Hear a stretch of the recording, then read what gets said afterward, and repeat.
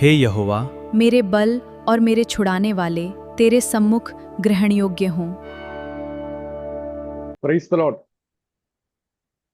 प्रभु के नाम की स्तुति हो। Today is Independence Day, so happy Independence to all of you. आज चूंकि स्वतंत्रता दिवस है हमारे देश में, इसीलिए आप सबों को उसके शुभकामनाएं। As Angela said, we are into the fourth Bible study, fourth session of our Bible study.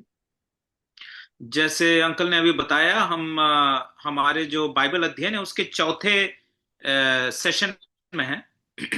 In the first session, we saw how the death and resurrection of Lord Jesus Christ restored everything that was fallen in the Garden of Eden.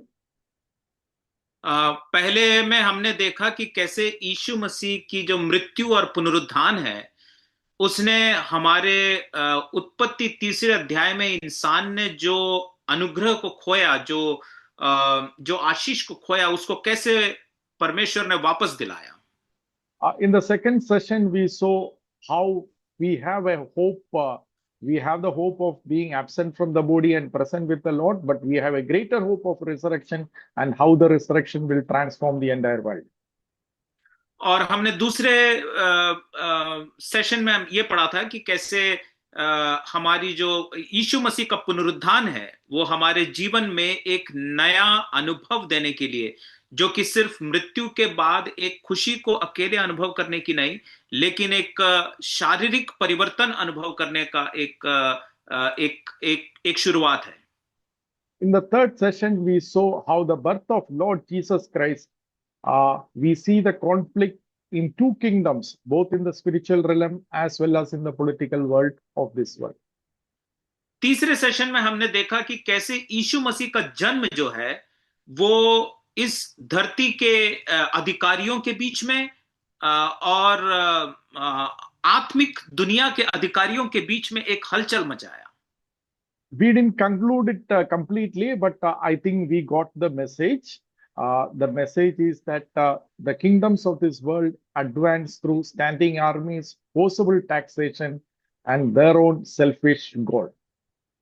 और भले हमने उसको पूरी रीति से खत्म नहीं की थी, लेकिन आपको उसका आशय मिल गया होगा। जैसा उसमें हमने देखा था कि इस संसार के अधिकारी जो हैं, उनका लक्ष्य है कि कैसे इंसानों के ऊपर अधिकार जमा कर उनमें से निचोड़ के निकाल के वो उनकी सुरक्षा के वायदे करें। If you want to remember it, just remember this. In the book of Daniel, we see all the kingdoms as beasts that divorce. But when we come into the book of Revelation, we see our Lord Jesus Christ, who is the Lion of Judah, as the slain lamb, a self-giving king, who alone is the self-giving king in the world. इसको सरलता से समझने के लिए सबसे बढ़िया ये होगा कि हम दानियल की भाषा में इसको समझें। दानियल जैसे धरती के राजाओं को प्रकट करने के लिए उसने एक शब्द का उपयोग किया। उसने कहा कि एक जंगली पशु, हर जो इस संसार के राज्य हैं, वो एक जंगली पशु के जैसे हैं, जो कि इस संसार के लोगों के ऊपर अपना अधिकार जमा कर, उनको गुलाम बनाकर अपने इरादों को पूरा करते हैं। लेकिन यीशु मसीह का नाम है यहूदा के वंश का शेर, जो कि सिंह, जो कि संसार के ऊपर राज करता है, लेकिन एक इस प्रकार से कि जिसमें लोगों को आजाद और मुक्त करता है उनकी तकलीफों से। With that, we will enter into how we can advance this kingdom of God. If this kingdom of God is not advanced through the force and standing armies, how are we supposed to advance this kingdom of God? So, यदि परमेश्वर का राज्य इस प्रकार के ताकतवर अधिकारियों या सेनाओं के बल से नहीं होता है, तो फिर परमेश्वर का राज्य किस प्रकार आगे बढ़ता है? So this session and the next session, we will look at the miracles of Lord Jesus Christ, and thereafter we will look at the parables and later the teachings of Lord Jesus Christ to learn lessons how we can advance this kingdom.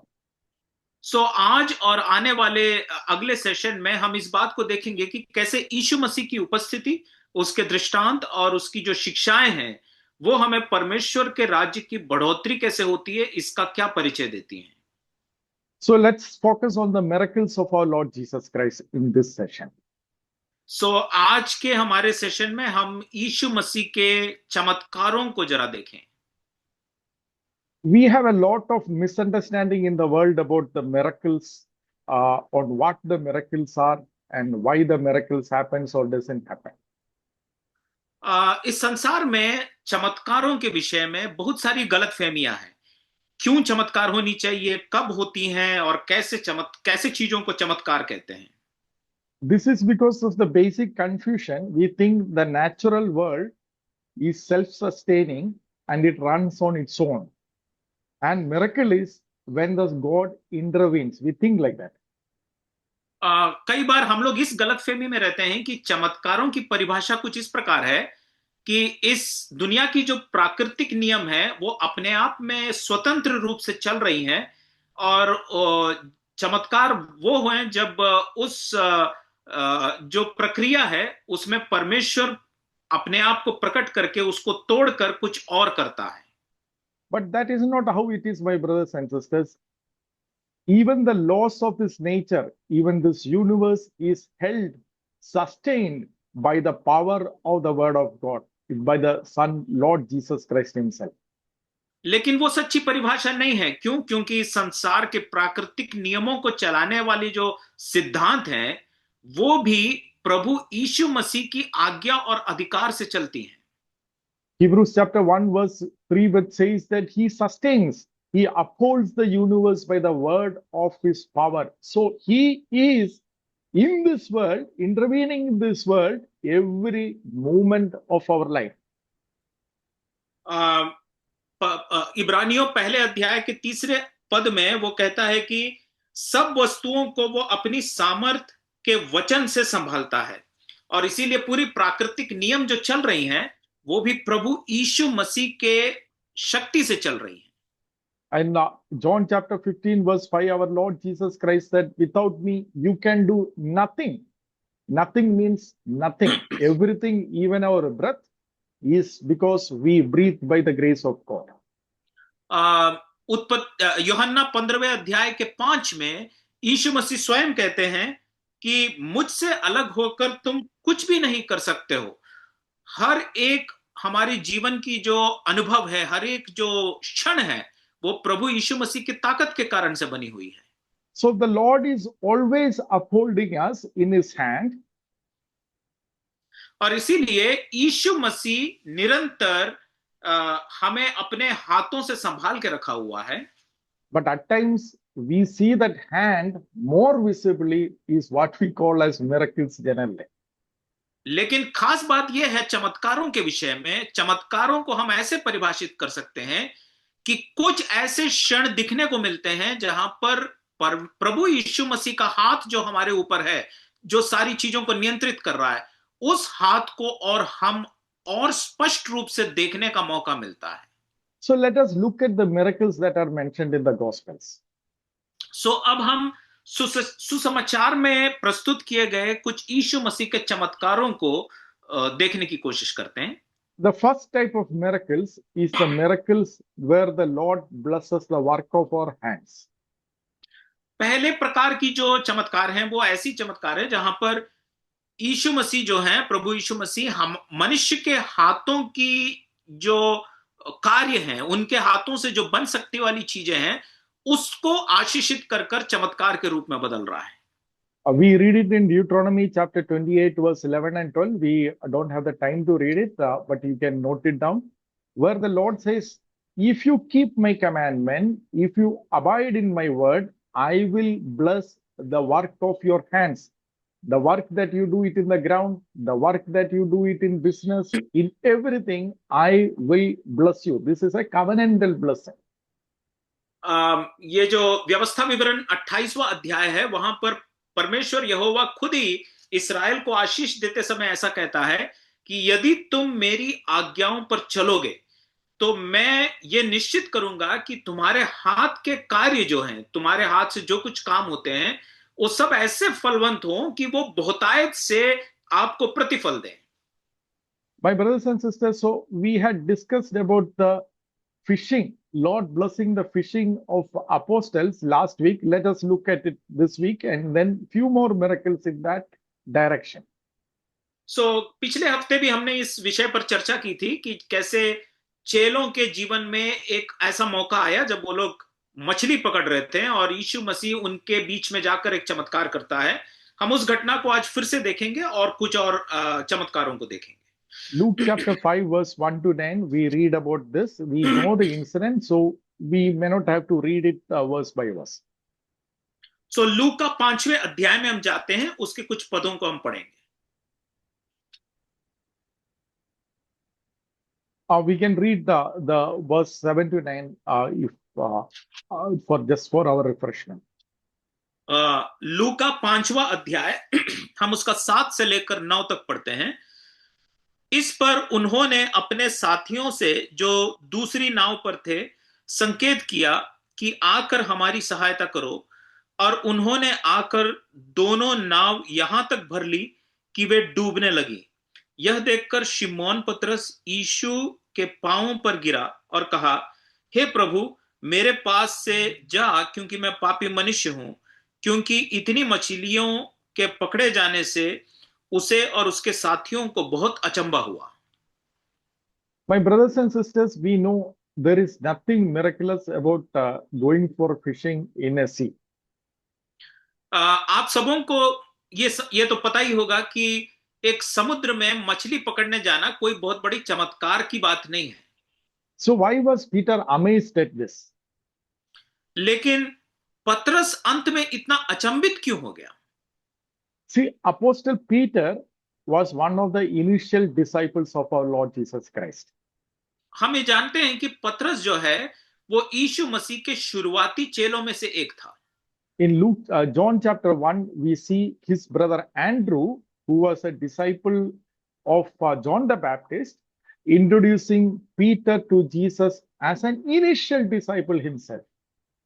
हम यूहन्ना पहले अध्याय में इस बात को पढ़ते हैं कि अंद्रयास, जो कि पतरस का छोटा भाई था, वो स्वयं जो यूहन्ना बपतिस्मा देने वाला का चेला रहा था एक समय में, वही सबसे पहले पतरस को यीशु मसीह के पास ले आया और यीशु मसीह से परिचय कराया। So the same Apostle Peter had already been in the Cana of Galilee and he had seen the water getting converted into wine. और ये जो पतरस जो है, ये खुद ही एक बार यीशु मसीह को देख चुका है जब वो गलील के काना में आया था और उसने पानी को दाखरस में बदला था। That is the first miracle. First miracle very specifically recorded as the first miracle of our Lord Jesus Christ. और यूहन्ना के सुसमाचार में बहुत स्पष्ट रूप से बताया गया है कि यीशु मसीह का सबसे पहला चमत्कार है ये। Again, in Luke chapter 4, just before this chapter, Luke chapter 5, we see Apostle Peter's mother-in-law being healed by Lord Jesus Christ. और हम यदि देखेंगे लूका 4 अध्याय, तो वहां पर भी हम पढ़ते हैं कि पतरस की जो सासू मां थी, उसकी बीमारी के समय यीशु मसीह उसको चंगाई दिया, जो कि हम लूका 4 जो कि इस 5वें अध्याय से पहले का भाग है, वहां पढ़ते हैं। We can read the Luke chapter 4 verse 38 to 39. और वो हमें लूका 4 अध्याय के 48 से लेकर पढ़ने को मिलता है। और you want to read? Yeah, just read it so that. लूका 4 अध्याय उसके 38 से लेकर 38 से लेकर, वह आराधनालय में से उठकर शिमोन के घर में गया और शिमोन की सास को ज्वर चढ़ा हुआ था और उन्होंने उसके लिए उससे विनती की। उसने उसके निकट खड़े होकर ज्वर को डांटा और वह उस पर से उतर गया और वह तुरंत उठकर उनकी सेवा टहल करने लगी। My brothers and sisters, so Peter has already seen many miracles of Lord Jesus Christ by now. So इसका मतलब यह है कि पतरस का ये जो लूका 5वें अध्याय का घटना है, उससे पहले पतरस यीशु मसीह के और भी चमत्कार देख चुका है। So why did Peter suddenly realize that he is a sinner and Lord Jesus Christ is holy? when he saw just the abundance of fish. सो पतरस को ऐसा कौन सा अचंबा करने वाला अनुभव हो गया कि एक समुद्र जो उसका वो अच्छे से जानता है, वहां पर इतनी मछलियां वो पकड़ लिया है। My brothers and sisters, for that we need to know the Old Testament, for which we read Deuteronomy chapter 28, where the Lord said, if you are following my law to the full, I will bless the work of thy hands. और इसी के लिए हमें जरूरी है कि व्यवस्था विवरण 28वें अध्याय में जो हमने पढ़ा उसको संदर्भ में समझना जरूरी, क्योंकि वहां पर यहोवा ने आज्ञा दी थी, तुम यदि मेरी आज्ञा का पूरा पूरा पालन करोगे तो मैं निश्चित ही तुम्हारे हाथ के कामों को ऐसा आशीषित करूंगा कि तुम बहुत ज्यादा फलवंत हो जाओगे। So Peter then realized, oh, if this is the abundance of the hands of God, until now I have been a sinner and I have not been blessed abundantly because of the sin of mine. And Peter said, Lord, I am a sinner, depart from me. He cries on his own sin. सो पतरस जो कि इस पुराने नियम की इस आज्ञाओं को अच्छे से समझता है, उसको ये देखकर, अपना ये नया अनुभव देखकर ये स्पष्ट समझ में आ रहा है कि मैं पहली बार इतना फलवंत एक अनुभव मेरी मेहनत में देखा हूं, तो निश्चित ही मैं अभी तक इतना फल नहीं देखा, क्योंकि मैं एक पापी था और पाप के कारण परमेश्वर का जो प्रतिफल है मेरे से चुका हुआ था। और इसीलिए वो कहता है कि हे प्रभु, मैं एक पापी हूं, मुझसे तू चला जा। My brothers and sisters, so miracle is Lord blessing our daily work. Lord giving us blessings in our ordinary work is a miracle of the Lord. सो इसका मतलब यह है कि एक परिभाषा जो चमत्कारों का है वो यह है कि हमारे दिनचर्या के अनुभवों में, हमारी जो काम काज है उसमें परमेश्वर हमारे फलों को ऐसा बदल देता है कि हमने पहले कभी देखा नहीं है, और वो बहुत ज्यादा हम फलवंत होने लगे प्रभु के कार्य से। ये एक चमत्कार है। So whatever you do, whatever job that Lord has given you, whatever business that Lord has given you, if you do it unto the Lord, as Apostle Paul later reminds us, then you will have the miracle of Lord blessing your work. सो इसका मतलब है कि प्रभु का जो चमत्कार देने का जो आशीष है, चमत्कार देखने का जो अवसर है, वो हमारे जीवन में जरूर आएगा, यदि जैसे नए नियम में पौलुस हमें याद दिलाता है कि तुम जो भी कार्य को करते हो उसको तुम ऐसा करो कि तुम प्रभु के लिए कर रहे हो, उस सांसारिक मालिक के लिए नहीं, तुम प्रभु के लिए कर रहे हो।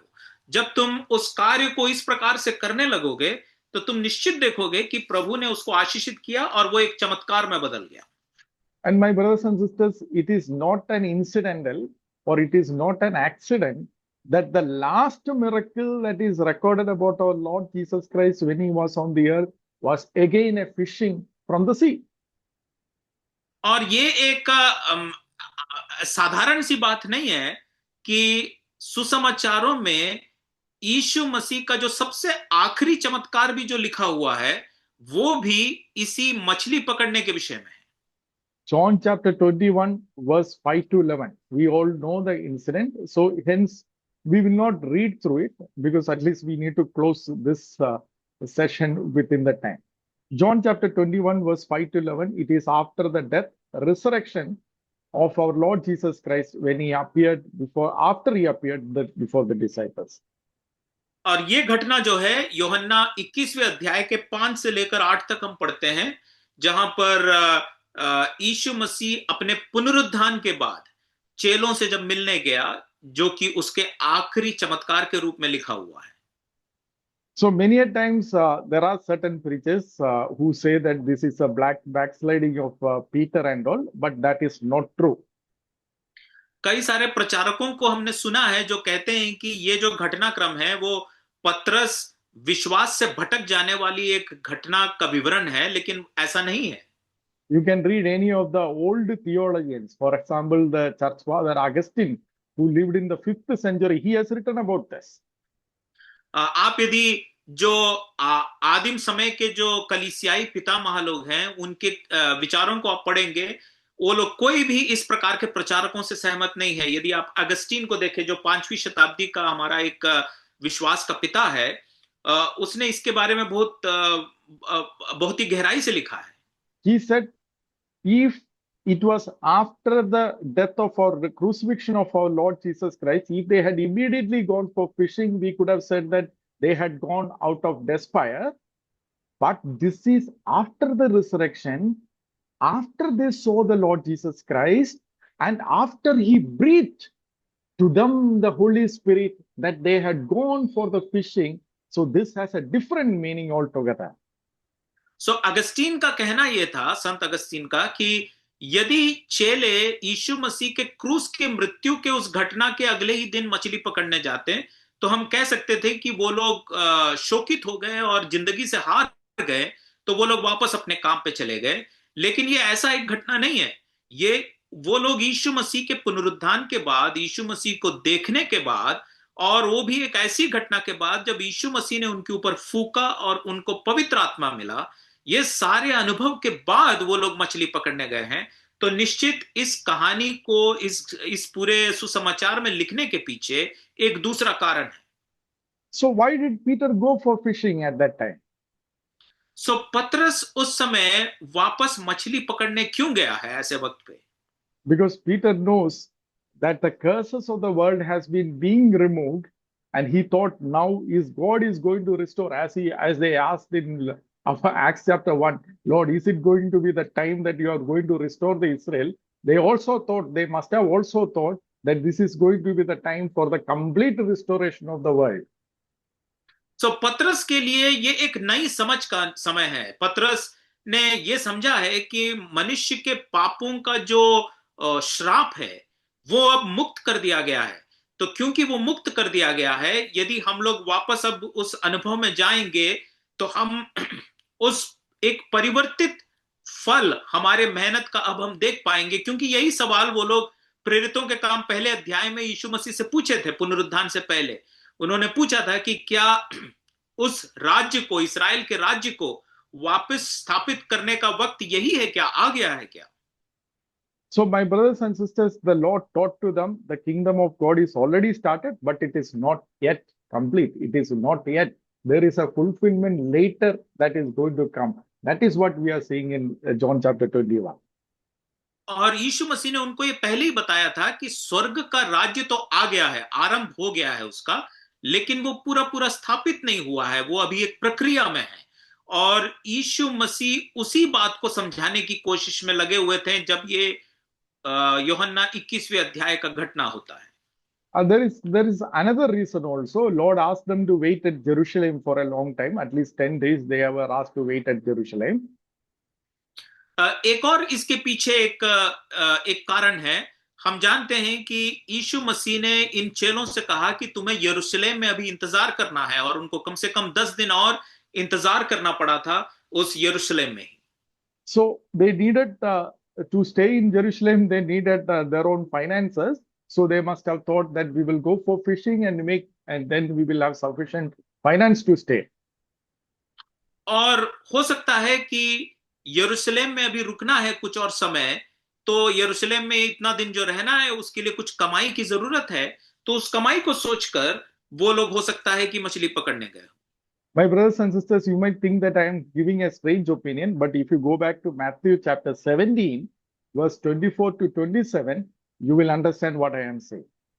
आप लोग को ये सुनकर बड़ा आश्चर्य हो रहा होगा कि मैंने कुछ अजीब सी बात अभी कह दी है, लेकिन आप मत्ती 17वें अध्याय के 20 से लेकर पढ़ेंगे तो मैं जो कह रहा हूं उसके पीछे का जो उसका तर्क है वो आपको समझ में आएगा।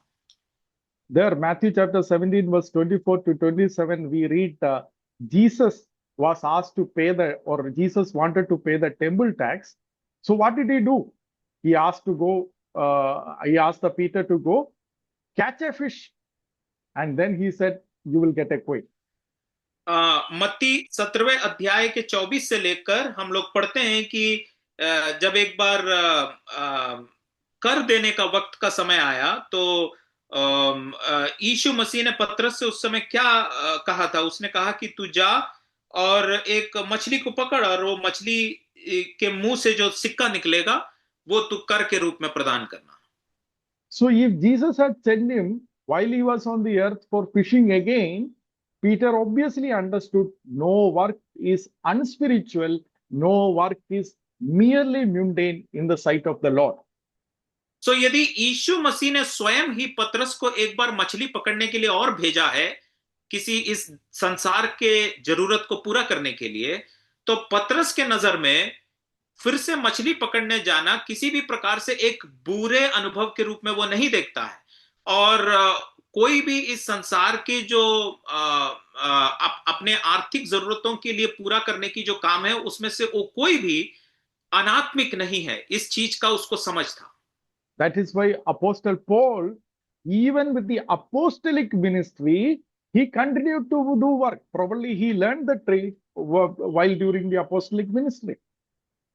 और इसीलिए हम लोग देखते हैं कि पौलुस को भी इस बात से कोई संकोच नहीं था कि जब वो सेवकाई कर रहा था, खुद एक प्रेरित था, वो अपनी नौकरी करके कमा के जी रहा था। और वो कमाई हो सकता है कि जब वो प्रेरित बनने के बाद ही सीखा हो, लेकिन वो उस काम को करके अपनी दिनचर्या के लिए कमाता था। So, though it is not directly related to my topic, let me just tell one point to as a clarification. This does not mean that one should not be in full time. Whether the question you should be in full time depends upon your time actually. ये जो सवाल अभी हमारे आज के मुद्दे के साथ ताल्लुकात नहीं है, फिर भी मैं आपको एक बताना चाहूंगा कि मैं जो कह रहा हूं उसका तात्पर्य ये नहीं है कि पूर्णकालीन सेवा किसी को नहीं करना चाहिए। यदि किसी को ऐसी परिस्थिति है जहां पर समय की पाबंदी एक समस्या है, तो फिर ऐसी जगहों में पूर्णकालीन सेवा एक अच्छी बात है। Acts chapter 6 apostles, the same apostles said, we will completely devote for the word of the ministry because the church was growing. They could not involve in any other activity. So if your time is occupied completely by the ministry, you have to be in full-time ministry. Otherwise, the ordinary work can be blessed abundantly by God and you can use it for the kingdom of God. प्रेरितों के काम 6वें अध्याय में इसीलिए इन्हीं प्रेरितों को हम लोग देखते हैं। यही जो लोग जो प्रेरित कहलाए और आगे आए, इन्हीं लोगों का कहना था कि हम अब सारा और काम छोड़कर पूरी रीति से वचन की अध्ययन कराने में हम अपना ध्यान बटाना चाह रहे हैं, क्योंकि उस समय तक कलीसिया बहुत ही बड़े पैमाने पे बढ़ती जा रही है। उनके पास कुछ और काम करने का वक्त भी नहीं है और इसीलिए वो लोग अपने आप को पूर्णकालीन सेवा में उस समय लगा दिए। So, my brothers and sisters, this is not a new teaching in the New Testament. Even in the Old Testament, we can see this. Genesis chapter 26, you can write it down, verse 12 to 13.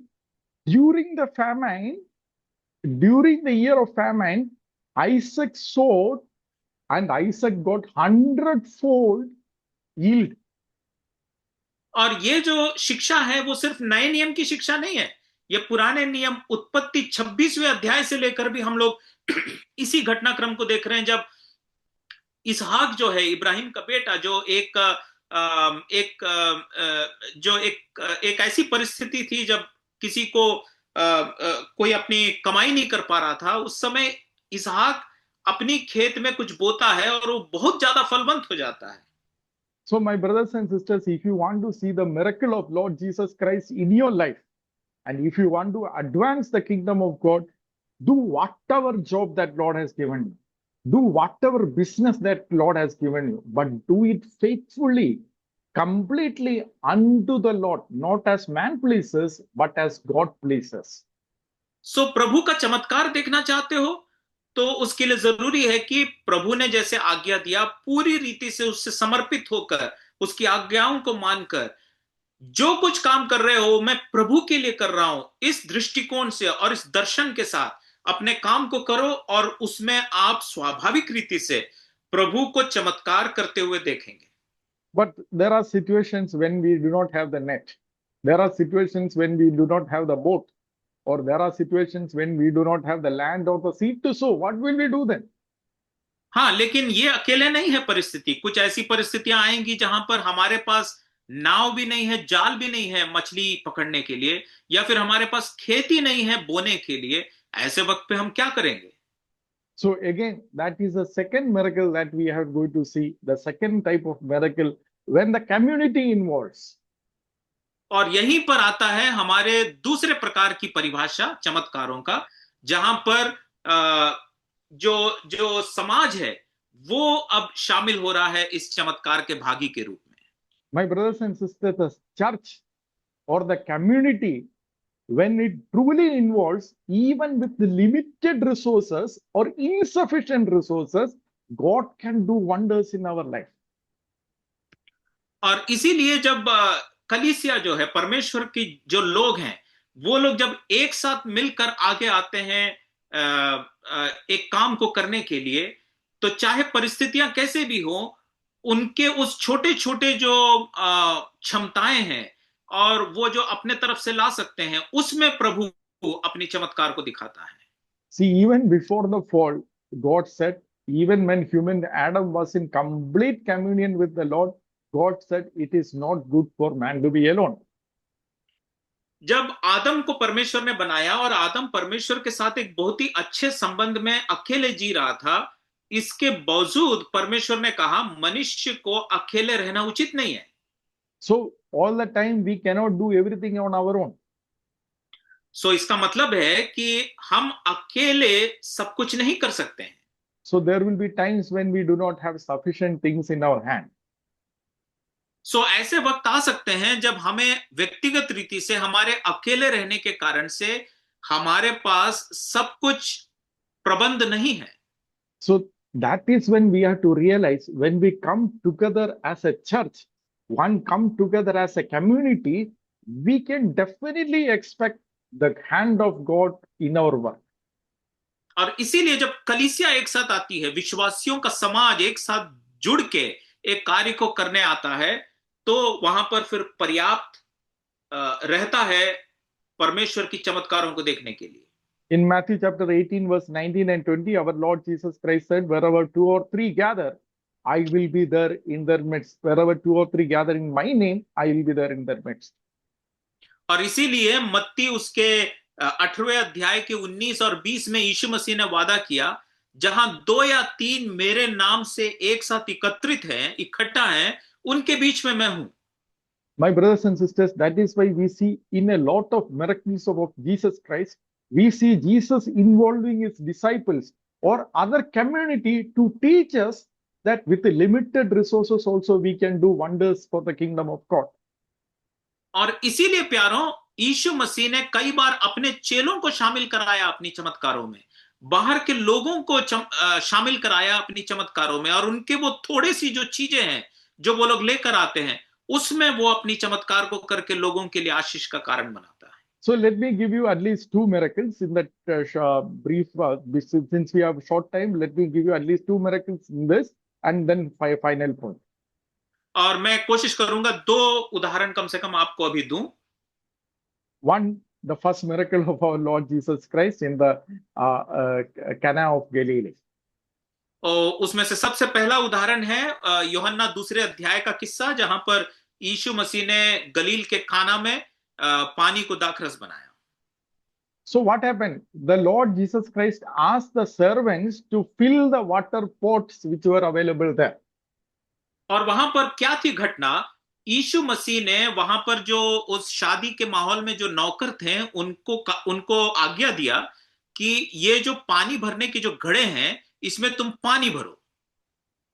What is the need for Jesus to ask the servants to fill the word? If he had spoken, the water would have been filled at one instant itself. अब ये वहां के जो नौकर हैं, शादी के नौकर हैं, उनको ये बोल के पानी भरवाना इतना क्यों जरूरी था? यीशु मसीह यदि आज्ञा देते तो पानी तो अपने आप उस घड़ों के अंदर भर ही जाता। And second, he doesn't need even the water to make the wine. और दूसरी बात, पानी की जरूरत ऐसे भी उसको नहीं है दाखरस बनाने के लिए। But this is to teach us the lessons. Whatever we have, even if it is insufficient, if we come together as servants of the Lord and offer it to the Lord, he can bless it.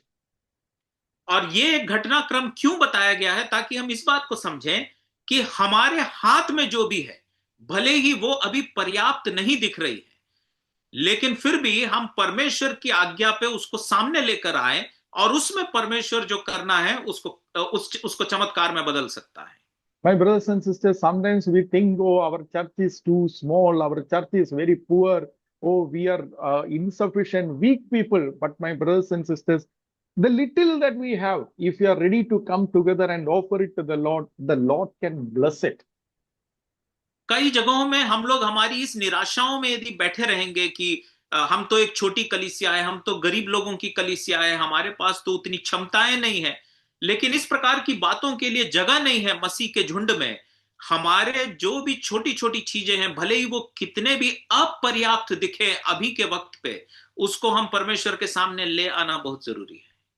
C.S. Lewis, one of the towering apologists of the last century, he gave a very insightful comment about this miracle. C S Lewis नाम के जो व्यक्ति हैं, जो कि 20वीं शताब्दी के सबसे बुद्धिमान मसीहियों में से एक माने जाते हैं, उन्होंने एक बार इस विषय पर इस प्रकार से कहा था। He said, the Lord converts water into wine every time. C S Lewis ने ऐसा कहा कि प्रभु तो निरंतर हर समय पानी को दाखरस में बदलता है। He said, the water is there in the ground, the wine is there, the wine takes the water, and then you get the grapes, and then the water is finally converted through wine through a process, a medium. Now the medium is not there, just that. But Lord, who is using the water always to convert the wine, He is there in your midst, and He can do this.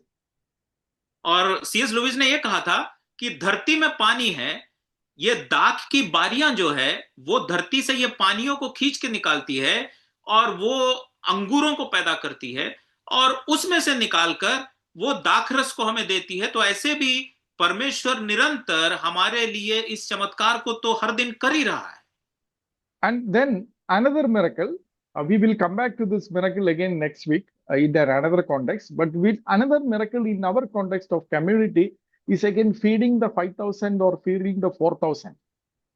और जो दूसरा अनुभव, दूसरा जो घटना है चमत्कार का जो मैं दिखाना चाह रहा हूं, वो हम अगले हफ्ते फिर भी देखेंगे, लेकिन आज के लिए मैं बताऊं जो यीशु मसीह ने 5 रोटी से जो 5,000 को खिलाया और 7 रोटी से जो 4,000 को खिलाया। So in this case, unlike Isaac, they did not have time to sow the land or yield 100-fold. They had only 5 breads in their hand, 5 loaves in their hand. इस घटना में इसहाक की कहानी जैसे हमने पढ़ा उत्पत्ति 26वें अध्याय में, उनके पास वक्त और परिस्थितियां नहीं है कि वो लोग जगह ढूंढे, बोए और फिर इतनी बड़ी उपज उन्हें मिले और उसमें से रोटी बनाए। ऐसे वक्त पे वो लोग नहीं है जब ये 5,000 एक साथ बैठे हुए हैं और उनको उस वक्त पे रोटी की जरूरत है। And they did not have the time to go for fishing to get all the fish. They had just 2 fishes in their hand. और उनके पास अभी वक्त और परिस्थिति नहीं है कि जाएं समुद्र में और जाके मछली पकड़े और प्रभु वहां पर कोई चमत्कार करके बहुत मछली दे दें और लाके वो लोग खाएं। But somebody is there in the midst, as again to quote Church Father Augustine, somebody was there in the midst who converts always. He says in his commentary, he who multiplied the 5 loaves, just as he produces harvest out of a few grains, the one who produces harvest out of a few grains, he is there in the midst. और जैसे अगस्तीन ने 5वीं शताब्दी का जो पितामह है, उसने जैसे कहा कि जो परमेश्वर थोड़े से दानों में से उसको बोने पर हजारों दानों के रूप में उसको बदलकर हमारे लिए फलवंत करता है, वही प्रभु इस वक्त पे उस 5,000 लोगों के बीच में है। तो वो 2 मछली से भी वो बहुत कुछ अभी कर सकता है। My brothers and sisters, so let us not look at our insufficiency. Let us look at the sufficiency of our Lord Jesus Christ. So इसीलिए हम लोग इस बात से घबराकर समय ना व्यर्थ करें, ये सोचकर कि हमारे पास तो ऐसी ऐसी कमियां हैं, हमारे पास तो ये सब कुछ नहीं है, ये सोचकर हम समय ना व्यर्थ गवाएं, बल्कि हम इस बात को देखें कि हम क्या प्रभु के पास लेकर आ सकते हैं। In Mark chapter 2, we again see another miracle. Friends, a few friends brought a paralytic man to Lord Jesus Christ. Jesus Christ saw the faith of the friends and then went on to heal him. मरकुस 2 अध्याय में हम इसी प्रकार की एक घटना देखते हैं जहां पर 4 दोस्तों ने अपने एक दोस्त की निस्सहाय हालात पर उन्होंने ये तय किया कि हम इसको कैसे भी यीशु मसीह के पास पहुंचाएं, और वो लोग घर का छत खोलकर यीशु मसीह के सामने उसको लेकर आए। यीशु मसीह इन चारों की विश्वास को देखकर अचंभित होकर कहता है कि इस आदमी को चंगा कर रहा हूं। That is what a community can do together. और यही एक विश्वासियों का झुंड, एक समाज मिलकर अपने छोटी सी क्षमताएं और काबिलियत को इस्तेमाल करके परमेश्वर के हाथ से चमत्कार देखने का मौका ढूंढ सकते हैं। So the first way to experience miracle in your life is to do the job that the Lord has given you faithfully unto the Lord and abide in Him and abide in His word, and you will be blessed. तो पहले परिभाषा जो है चमत्कार की वो ये है कि हमको परमेश्वर ने जो भी काम दिया है, हम उसको प्रभु की आज्ञाकारी होकर जो कुछ कर रहे हैं वो मैं प्रभु के लिए कर रहा हूं, इस समझ को स्थिर रखते हुए यदि करें तो उसमें प्रभु अपनी चमत्कार करता है। And second way, when we are falling short, our brothers and sisters are there. They may not be also very strong, but whatever we have, let us bring together as a church to help each other, and the Lord will bless it. और दूसरी परिभाषा चमत्कार की यह है कि हम जो भाई बहनों विश्वासियों का जो झुंड है, भले ही हमारे पास जो चीज है वो बहुत ही अपर्याप्त है, बहुत ही थोड़ी है, चाहे वो जैसे भी अभी है, यदि हम एक मन होकर प्रभु की महिमा के लिए एक साथ लेकर आएंगे तो प्रभु उसमें चमत्कार करके बहुत कुछ बड़ा चीज कर सकता है। But when the Lord blesses us, let us not tell like Israel.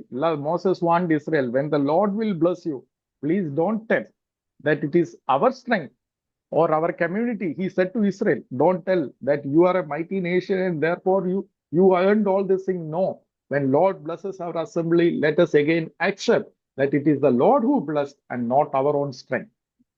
लेकिन ऐसे वक्त पे विश्वासियों को मूसा की चेतावनी को बहुत गंभीरता से लेना पड़ेगा। जब मूसा ने इस्राएलियों को बताया था कि परमेश्वर जब तुमको आशीष करे और तुम बहुत बड़ी बड़ी चीजों को अपने जीवन में होते हुए देखो, उस समय तुम्हारा मन ऐसा चंचल ना हो जाए कि तुम ये कहने लगे कि जो कुछ मैं कर रहा हूं मेरी क्षमता से कर रहा हूं, देखो मैं कितना काबिल हूं, मैं क्या क्या कर सकता हूं। So therefore, there is a third circumstances. First circumstances, the Lord blesses our hands. Second circumstances, when our hands is weak, our brothers and sisters are there with us. Third circumstance, when our brothers and sisters also can't do anything. So हमने पहला परिभाषा देखा जहां पर हमारे हाथों के काम को परमेश्वर आशीषित कर रहा है जब वो परमेश्वर की तरीके से है। दूसरे में हमने देखा कि हमारे पास जो है वो पर्याप्त नहीं है, हम सक्षम नहीं है, लेकिन सारे विश्वासियों का झुंड एक साथ आकर जो कुछ लेकर आए उसमें परमेश्वर चमत्कार करता है। अब हम तीसरी परिभाषा में पहुंच रहे हैं चमत्कार की, जहां पर ये कोई भी चीजें उपलब्ध नहीं है। So let me give you some 2 or 3 miracles in this case. और इस परिभाषा के अंतर्गत मैं आपको 2 या 3 उदाहरण दूं। In John chapter 6, immediately after the multiplication of the bread and feeding of the 5,000, we see another miracle. John chapter 6, verse 16 to 21. Disciples were going in the boat. और अब यूहन्ना 6वें अध्याय, जहां पर यीशु मसीह की वो जो 5 रोटी से 5,000 को खिलाने वाला जो किस्सा है, उस घटना के तुरंत बाद एक और घटना होता है जो कि 6वें अध्याय, यूहन्ना 6वें अध्याय के 16 से लेकर हम पढ़ते हैं। So here no need to read, actually we don't have the time to read. So the disciples were going in the boat and they were rowing, but they could not do anything. The tempest was against them. The community also could not do anything. And remember, these are experts in doing that. अब देखिए, ये घटना है जहां पर वो लोग एक झील में नाव पर बैठे हैं। इनमें से कम कुछ तो मछुआरे थे पहले, तो हमें निश्चित है कि कई लोग इनमें, इस झुंड में कई लोगों को ऐसे आंधी तूफान के वक्त पे नाव के साथ क्या करना है इसका बहुत अच्छा अनुभव है। And Matthew, the same incident, Matthew says in Matthew chapter 14, verse 24 to 25, the boat was in the middle of the sea, tossed by the waves, for the wind was contrary. Oh, they could not handle the boat. और मत्ती रचित सुसमाचार में उसके 14वें अध्याय में इसी घटना को बताते हुए मत्ती कहता है कि जब वो लोग उस झील में थे, नाव में, वो लोग झील के एकदम बीचों बीच थे और ऐसा आंधी था कि नाव को आंधी जो है इधर से उधर पलटा रहा था और ये लोग कुछ नहीं कर पा रहे थे। My brothers and sisters, when we all fail, when we all can't do anything at all, also remember there is one more person in our midst for whom the hand is not shortened. और देखिए, यह है तीसरी परिभाषा चमत्कार की, जो हम सारे झुंड भी एक साथ एकत्रित थे और हम सब मिलकर, हमारी भले ही जो भी क्षमताएं हैं, लेकिन हम कुछ करने लायक नहीं छूटे हैं, अभी एकदम निस्सहाय हो गए हैं। उस वक्त पे भी हमारे पास एक और व्यक्ति साथ में बैठा है, जो कि प्रभु यीशु मसीह है, जो उस परिस्थिति को संभाल सकता है। In Mark chapter 4, again, we see 35 to 41. We will not discuss this, but a very similar incident when the Lord himself was in the boat, and then Lord was sleeping, and the Lord woke up, and then he calmed. We will not discuss that, but a very similar lesson is there. और ऐसा ही एक और घटना होता है जो कि मरकुस 4 अध्याय में लिखा हुआ है, जहां पर ठीक ऐसे ही प्रकार की एक परिस्थिति, नाव में आंधी तूफान के बीच में, जब यीशु मसीह उनके साथ हैं लेकिन सो रहे हैं, और वो जग कर उस पूरी आंधी को शांत करते हैं। And let us look at another, let's want two more examples. Let us look at another incident, Luke chapter 8 verse 43 to 44. Here हम we see, एक और लेकिन उदाहरण देखें, लूका 8वां अध्याय, उसके 43 to 44, 43, 44. उसके 43 और 44। लूका 8वां अध्याय, उसका 43 और 44। Now a woman having a flow of blood for 12 years, who had spent all her livelihood on physicians and could not be healed by any. So the medical community has failed her. So यहां पर एक स्त्री है जिसको 12 साल से लहू बहने का रोग है, और जो अपनी सारी जैविक वैद्यों पर पीछे व्यय कर चुकी थी और उसको चंगाई ना मिली, और वो बिल्कुल अकेली और निसहाय है अभी। So when the medical community fails, when the experts fails, remember there is still one who is in your midst who can answer your prayer.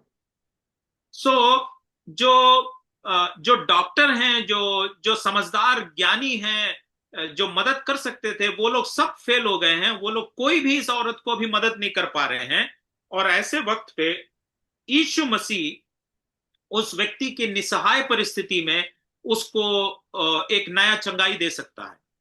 My brother Sam Philip, who is translating, he himself can share such testimonies in his life. हाँ, मैं खुद ही अपने जीवन में से ऐसी कुछ अनुभव बता सकता हूँ। Brother asked for 15 years for his wife, and the Lord gave whatever he asked. प्रभु से मैंने 15 साल और जीने का वक्त मांगा, और वो ठीक 15 साल परमेश्वर ने मेरी पत्नी को और दिया। So the Lord can give you, when the physicians fail, the Lord can give you. He is there in your midst. प्रभु हमें दे सकता है। वो जब सारे लोग फेल हो जाएं, सारे जो पढ़े लिखे लोग, जो सक्षम लोग हैं इस संसार के, वो हमें मदद ना कर सके, ऐसे वक्त पे प्रभु आकर हमें मदद कर सकता है। Otherwise also C.S. Lewis again explains this medical healings. He says that otherwise also medicines are not healing you. If we have a wrong understanding that medicines are healing, medicines will not work in a dead body. Will it work? C.S. Lewis भी हमें इस विषय को समझने के लिए फिर से एक और नई बात कहते हैं। वो कहते हैं कि आप सोच रहे होंगे कि ये दवाइयां आपको चंगाई दे रही हैं, लेकिन दवाइयां नहीं है जो चंगाई देती है। क्या मरे हुए शरीर को दवाइयां कुछ करके बदल पाती हैं कुछ भी? So there is a medical term itself. In fact, the entire medical science started with a medical assumption, Medicare tris natura, which means the medicines are there only to activate or advance the healing that has to happen in the body. The body, the living body has to be there. जो medical science है, उसका एक जो सबसे मूलभूत सिद्धांत है वो ये है कि हम जो खोजबीन करते हैं, हम जो दवाइयां बना रहे हैं, और हमारी जो भी मेहनत है, वो कुछ मनुष्य के शरीर में नया करने के लिए नहीं है, बल्कि ये दवाइयों का काम ये है कि प्राकृतिक रूप में मनुष्य के शरीर में जो इलाज की क्षमताएं बनी हुई है उसको और ज्यादा ऊर्जित करने के लिए, ताकि उससे मनुष्य के शरीर में जो चंगाई की जरूरत है वो पूरा हो सके। So it is the Lord who always heals you. Sometimes he heals with medicine, sometimes he heals without medicine. That's the only difference. तो इसीलिए यीशु मसीह स्वयं प्रभु, हमारा प्रभु है जो चंगाई देता है। कुछ परिस्थितियों में दवाई के साथ चंगाई देता है, कुछ परिस्थितियों में दवाई को बिना इस्तेमाल किए चंगाई देता है, लेकिन वो सारी चंगाइयां प्रभु यीशु मसीह से ही हमें मिलती हैं। My time is up, but let me give you in another 5 minutes the last miracle as an example of this third type, and when we will conclude it, we'll continue the miracles next week, how Lord the heals the other things. The last thing, we will speak about it right. So अब मैं एक और एक चमत्कार को अभी वर्णन में लेना चाह रहा हूं। In John chapter 9 verse 32, we all know there was a blind man who was healed by Lord Jesus Christ.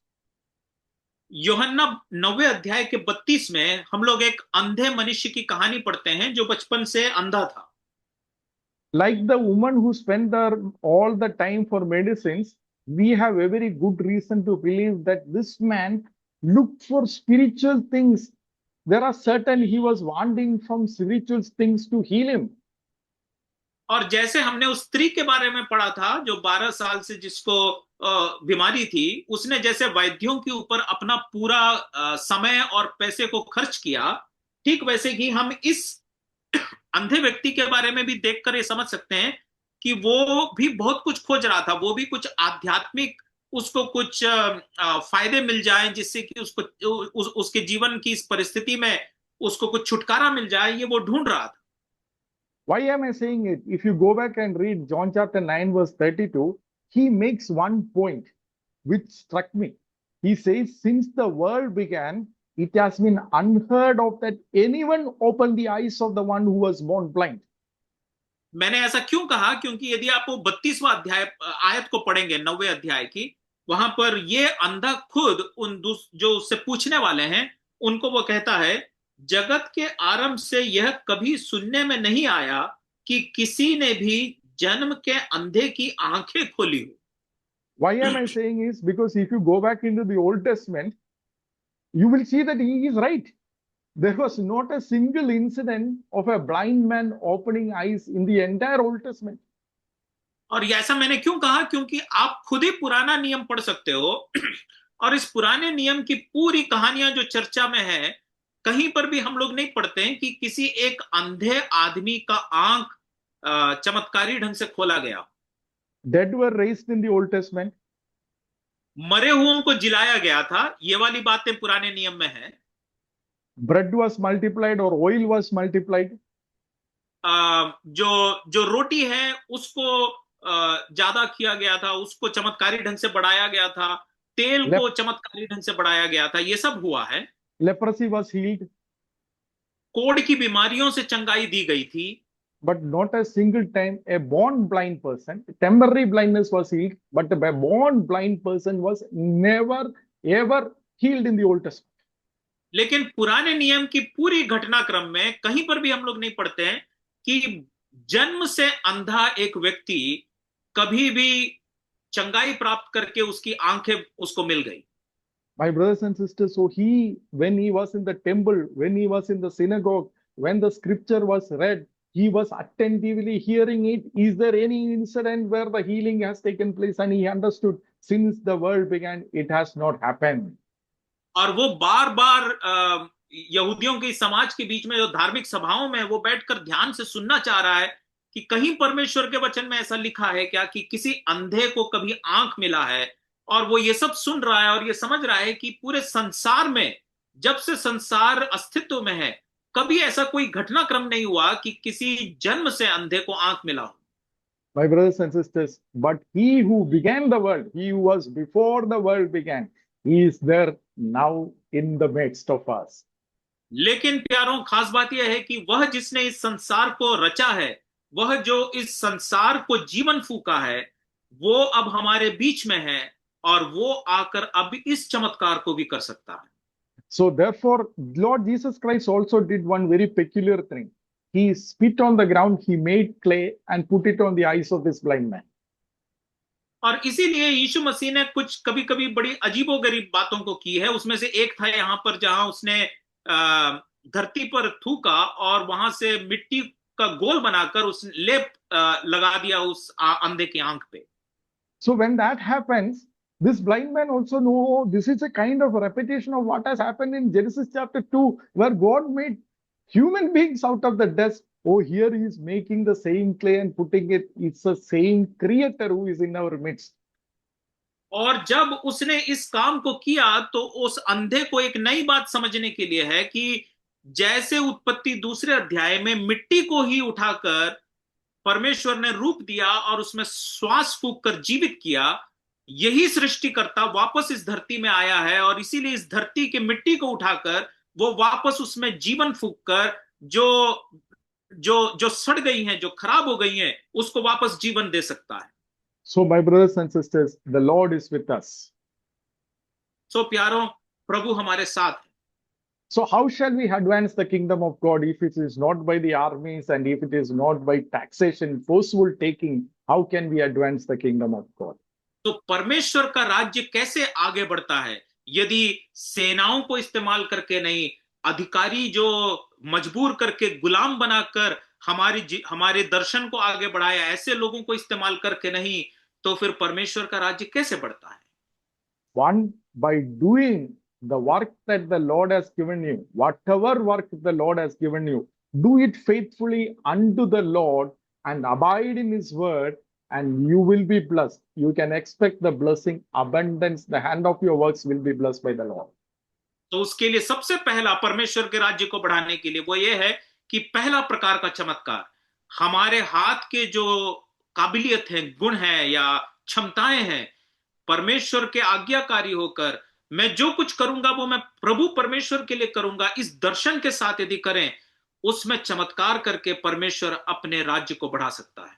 And when we lack something, let us as brothers and sisters come together and offer the 5 loaves and 2 fishes, and the Lord who always multiplies the grain, he is there in our midst to bless us. और दूसरे प्रकार की चमत्कार जहां पर हमारे पास जो है वो पर्याप्त नहीं है, लेकिन हम विश्वासी एक साथ झुंड मिलाकर हमारी जो छोटी छोटी क्षमताएं हैं उसको एकत्रित करके परमेश्वर के सामने लेकर आए, परमेश्वर उस अपर्याप्त वस्तुओं को इस्तेमाल करके अपनी चमत्कारों को करेगा उसमें से और अपने राज्य की बढ़ोतरी करेगा। And when all fails, when we as individuals fails and we as community have nothing, remember the Lord's hand is not shortened. He who created everything is there in our midst to take us through everything, and he will do it. और तीसरा तरीका, जब हमारे पास ये कुछ भी नहीं है, हम पूर्ण रूप से निसहाय हैं, हमारे पास कुछ भी ऐसी चीज नहीं है जो हम लेकर आ सकते हैं, बिल्कुल अकेले छूट गए हैं, ये प्रभु यीशु मसीह जो सर्वाधिकारी सर्वशक्तिमान है, जिसके पास काबिलियत है कि उसी ने जो सड़ी हुई चीजों को भी जीवन दे सकता है, वो हमारे बीच में है और वो सब कुछ बदलकर एक नई चमत्कार को पैदा कर सकता है और उसके राज्य की बढ़ोतरी हो सकती है। So let us walk like how Enoch walked, always with the God. In whatever we do, let us give, whether we eat or drink, let us all do it for the glory of the Lord. May the Lord's name be glorified. और इसीलिए हम लोग Enoch के जैसे, वो अपने पूरे जीवन काल जैसे प्रभु परमेश्वर के साथ चला, पूरी रीति से समर्पित होकर हम उस प्रकार की समर्पण के साथ हम प्रभु यीशु मसीह के साथ चलें और उसके राज्य की बढ़ोतरी के भागी बने। प्रभु के नाम की महिमा। हे यहोवा, मेरे बल और मेरे छुड़ाने वाले तेरे सम्मुख ग्रहण योग्य हों।